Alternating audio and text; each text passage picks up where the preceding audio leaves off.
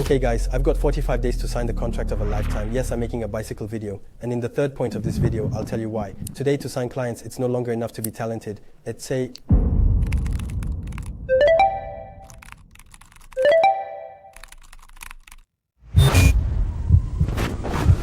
have to, and that's where you're going to help me. Okay, I'm relaunching my YouTube channel. Since I'm a content creator, I figured I'd sign this big client thanks to this video. It's raining out. We're going inside. I'm back from the bike ride. The challenge begins. Let me explain.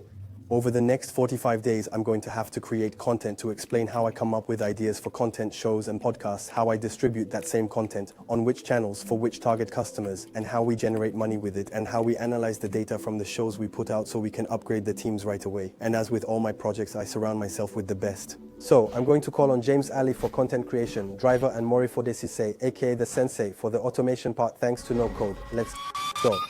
I'm Valdin Zembele, content marketing strategy expert and tech entrepreneur for the past 5 years. I like to use Naval Ravikant's analogy to explain what I do. Naval identifies 3 levers of enrichment: capital, banking, leveraging funds, new currencies, work, human, exchange of time for money, and Code&Media, the new modern levers. Code&Media are levers that require no permission. You code once and win many times over. And as he says, if you don't know how to code, write a book, a blog, or record podcasts or YouTube videos. Creating media content generates customers, opportunities, and visibility while you sleep. Both levers are scalable, so decorate them with your time. And that's what I do for my clients. Create shows, podcasts, series, in other words, content, and develop processes to automate it all thanks to tech. So in this video, we're going to talk business, growth marketing, and financial freedom.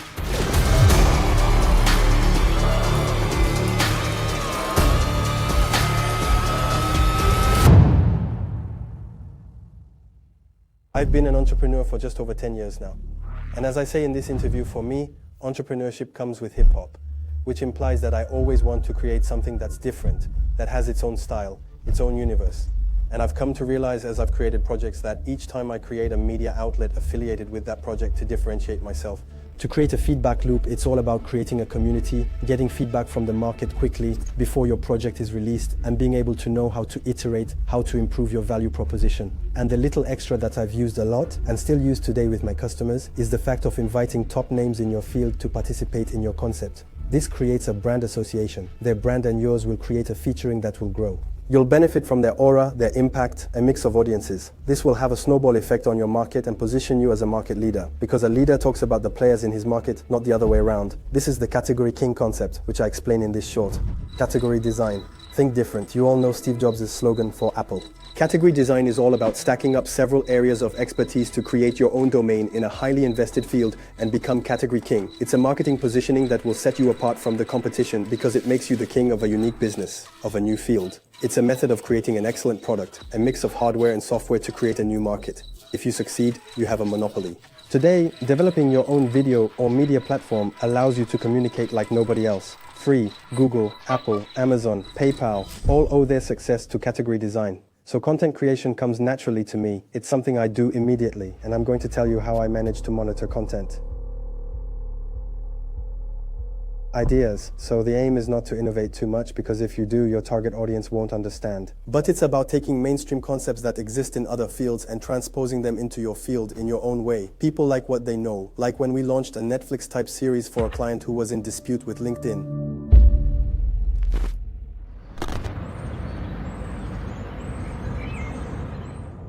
Like every morning I wake up, it was nothing, it's 7 o'clock.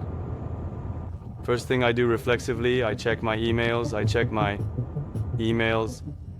I received an email from LinkedIn US, which was quite clear, reproaching us for several things concerning the development of NeoDeal and demanding that we stop developing and marketing the solution. We made this series of 3 episodes in partnership with Madiness, whom we went to find for the occasion. We managed to rank in the top 10 most viewed videos of the year. It's a concept we've taken on board that has enabled him to unlock his account, get highly visible content, and triple his sales. This year we launched a remix of Squeezy's concept, which is the imposter for Nina Raman, with an all-female entrepreneurial twist.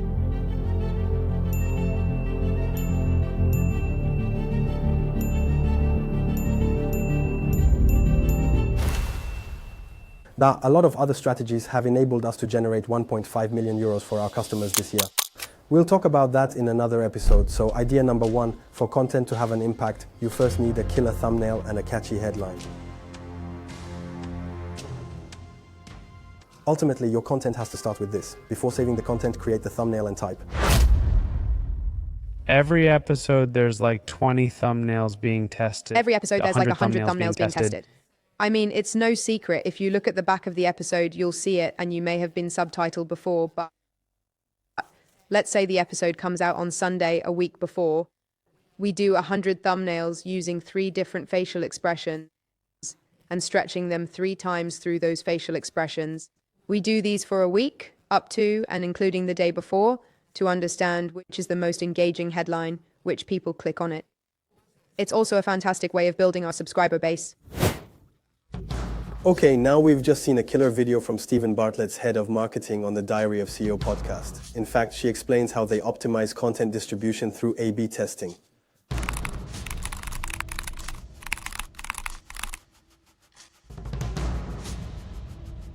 So what William and I are going to do is create 4 thumbnails of this video, which will be out very soon.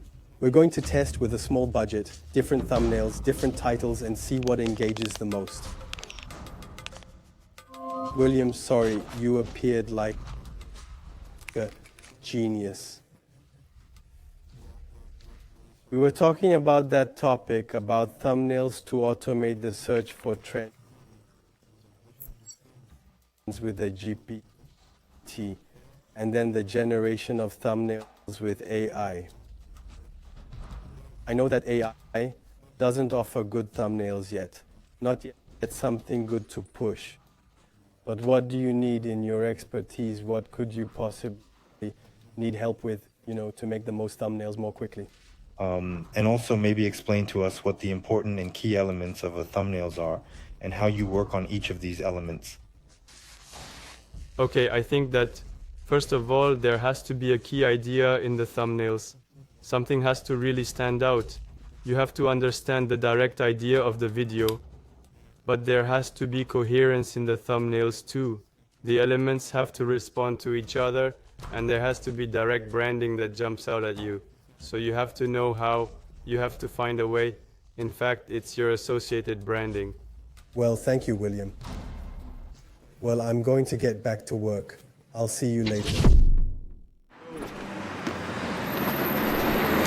We're going to be interviewing James Allen at Podspace about how he sees the future of the creator economy and how he's positioned himself by creating a franchise of podcast spaces for recording podcasts, the first podcast franchise in Paris.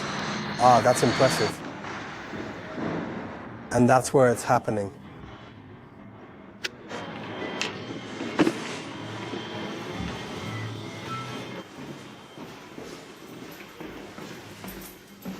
Hello? It's beautiful, isn't it? We did a lot of work in this. It was a cave. It's a big cave we redid. Everything from ground up. Oh, yeah. Ah, yeah. No, we'll talk. I saw the targets on his head there.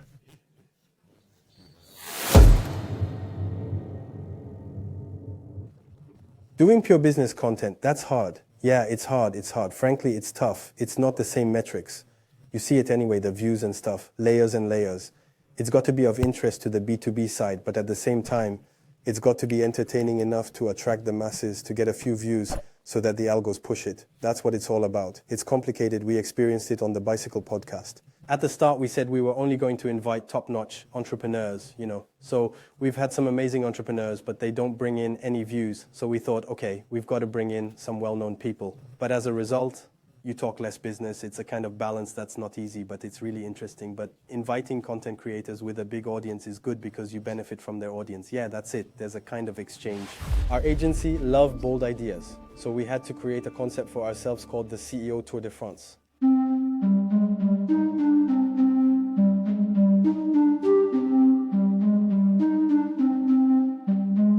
Entrepreneurship is like high-level sport.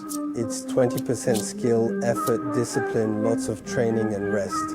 So we thought we'd share all these tips with entrepreneurs, athletes, artists, only the top, and talk about their mindset, their process, their nutrition, and their champion's mental health. Let's share our talk with our next guest.